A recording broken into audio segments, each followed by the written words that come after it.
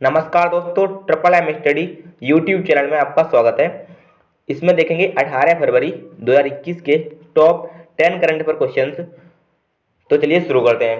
देखिए प्रश्न है, टिहरी झील महोत्सव का आयोजन किस राज्य में किया गया है। ठीक है, तो यहाँ पे टिहरी झील महोत्सव, इसका आयोजन किया गया है ऑप्शन नंबर ए यानी कि उत्तराखंड में। ठीक है, उत्तराखंड में टिहरी झील महोत्सव का आयोजन किया गया है। देख लेते हैं उत्तराखंड की इंपोर्टेंट करंट अफेयर्स। तो देखिए उत्तराखंड के वन विभाग द्वारा एक नई पहल इको ब्रिज शुरू की गई है। ठीक है, इको ब्रिज उत्तराखंड में शुरू की गई है। देखिए अगला पॉइंट है, उत्तराखंड के मुख्यमंत्री त्रिवेंद्र सिंह रावत ने हाल ही में देहरादून में मुख्यमंत्री सौर स्वरोजगार योजना लॉन्च की है। देहरादून में देश का 100% साक्षरता वाला जिला बना है। देहरादून देश का 100% साक्षरता वाला जिला बना है। ठीक है, देखिए और इंपोर्टेंट पॉइंट देख लेते हैं। उत्तराखंड में एकीकृत, देखिए यहाँ पे दिया गया है एकीकृत आदर्श ग्राम योजना शुरू की गई है। ठीक है, ये योजना बहुत ही इंपॉर्टेंट है। उत्तराखंड में शुरू की गई है आदर्श कृषि ग्राम योजना। अगला पॉइंट है, उत्तराखंड में खोला गया भारत का पहला पॉलिनेटर पार्क। उत्तराखंड हाईकोर्ट के नए चीफ जस्टिस रविंद्र सिंह चौहान बने हैं। ठीक है, नए चीफ जस्टिस रविंद्र सिंह चौहान को बनाया गया है उत्तराखंड में। उत्तराखंड राज्य ने राज्य भर में संस्कृत ग्राम विकसित करने का फैसला लिया है। ठीक है, संस्कृत ग्राम उत्तराखंड में विकसित किए जाएंगे। देखते हैं अगला प्रश्न।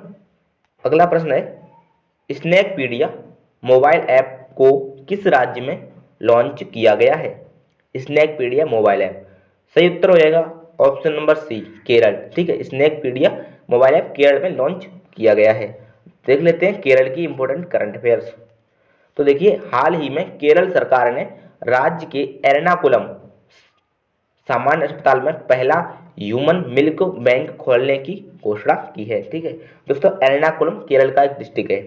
देखिए केरल 16 कृषि वस्तुओं के लिए न्यूनतम समर्थन मूल्य तय करने वाला पहला भारतीय राज्य बन गया है। ठीक है, देख लेते हैं और इंपोर्टेंट पॉइंट।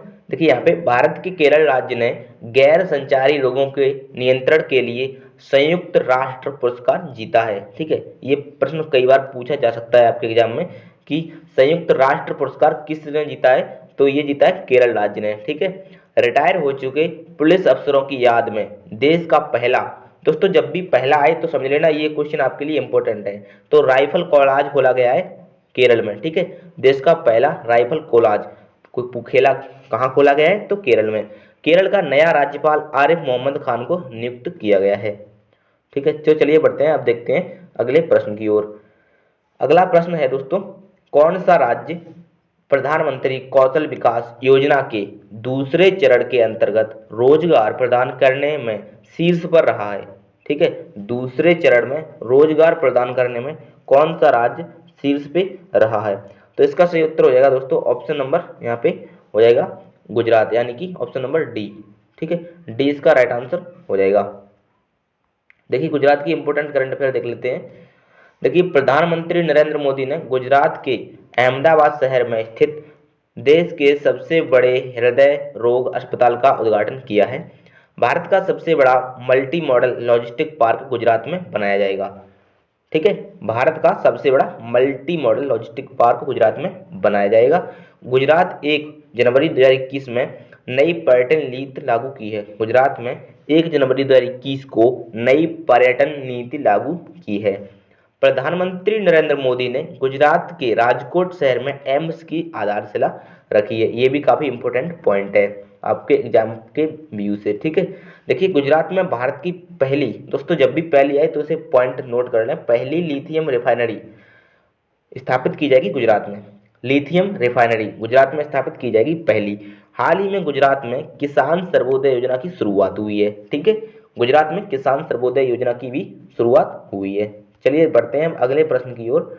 इससे पहले कि एक पॉइंट बचा हुआ है, प्रधानमंत्री नरेंद्र मोदी ने गुजरात में स्थित दुनिया की सबसे बड़ी मंदिर रोपवे परियोजना की शुरुआत की है। ठीक है, मंदिर रोपवे परियोजना सबसे बड़ी है, गुजरात में शुरू की गई है। चलिए अब देखते हैं अगला प्रश्न। अगला प्रश्न है, किस राज्य की सरकार ने 5 रुपए में गरीबों को दोपहर में भरपेट भोजन देने वाली योजना माँ की रसोई को शुरू किया है? ठीक है, माँ की रसोई योजना का नाम क्या है? माँ की रसोई। माँ की रसोई शुरू कहाँ किया गया है? तो इसका सही उत्तर हो जाएगा ऑप्शन नंबर ए, पश्चिम बंगाल। ठीक है, ऑप्शन नंबर ए, पश्चिम बंगाल में ये योजना शुरू की गई है। चलिए पश्चिम बंगाल की करंट अफेयर्स देख लेते हैं। ठीक है, तो देखिए भारत के पश्चिम बंगाल राज्य में दुनिया का सबसे बड़ा सौर वृक्ष बनाया गया है। ठीक है, दुनिया का सबसे बड़ा सौर वृक्ष बनाया गया पश्चिम बंगाल में। हाल ही में पश्चिम बंगाल में 26वें कोलकाता अंतर्राष्ट्रीय फिल्म महोत्सव का डिजिटल माध्यम से उद्घाटन किया गया। ठीक है, देखिए अगले पॉइंट है यहाँ पे, हाल ही में भारत सरकार और विश्व बैंक ने पश्चिम बंगाल में अंतर्देशीय जल परिवहन अवसंरचना में सुधार के लिए 10.5 करोड़ डॉलर की परियोजना पर हस्ताक्षर किए। भारत के सबसे पुराने medical college Kolkata medical college and hospital में कोविड-19 पॉजिटिव रोगियों के इलाज के लिए प्लाज्मा बैंक की स्थापना की गई है। चलिए देख लेते हैं अब अगला प्रश्न। तो देखिए अगला प्रश्न है, वाणिज्यिक जूट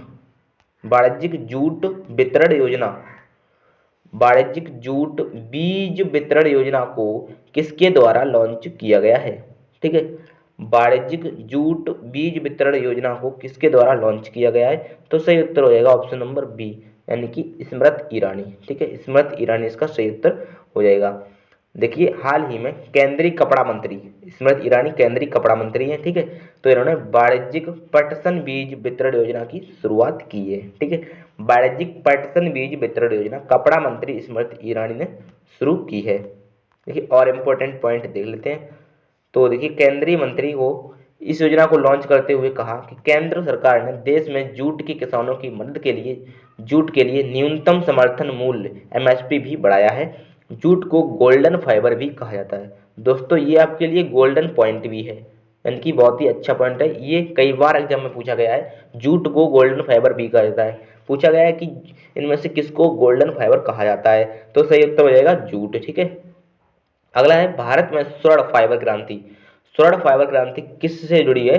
तो ये इसका आंसर होएगा जूट उत्पादन से। ठीक है, ये दो क्वेश्चन बहुत ही इंपॉर्टेंट है। जूट उत्पादन से जुड़ी हुई है स्वर्ण फाइबर क्रांति, और गोल्डन फाइबर भी कहा जाता है जूट को। ठीक है, चलिए अब बढ़ते हैं अगले प्रश्न की ओर। तो अगला प्रश्न है, भारत का पहली पूर्ण अंतरराष्ट्रीय क्रूज टर्मिनल सागरिका किस राज्य में स्थापित की गई है? ठीक है, क्रूज टर्मिनल सागरिका किस राज्य में स्थापित की गई है? तो सही उत्तर हो जाएगा ऑप्शन नंबर सी, केरल। ठीक है दोस्तों, मुझे बताने की जरूरत नहीं है कि ये क्वेश्चन कितने इंपॉर्टेंट है, आप खुद देख सकते हैं कि किस टाइप के क्वेश्चन आपको मिल रहे हैं। ठीक है, कैसा इनका लेवल रहेगा एग्जाम के लिए।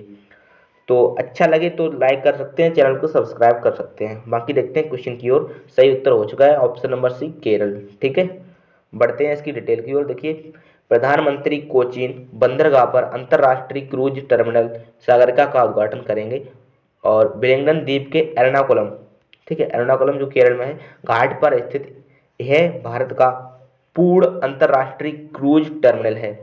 देखिए केरल 5 फरवरी 2021 को अपना पहला ह्यूमन मिल्क बैंक खोला गया है केरल में। यह एक अत्याधुनिक सुविधा है, और केरल के स्वास्थ्य मंत्री केकी शैलजा को इसे एर्नाकुलम जनरल अस्पताल में खोलेंगे या खोला गया है। ठीक है, rotary club of Cochin global के सहयोग से मिल्क ऑफ बैंक की स्थापना की गई है। ठीक है दोस्तों, ये वाला पूछा जा सकता है आपको कि ह्यूमन मिल्क बैंक कहाँ पे खोला गया है? तो केरल में।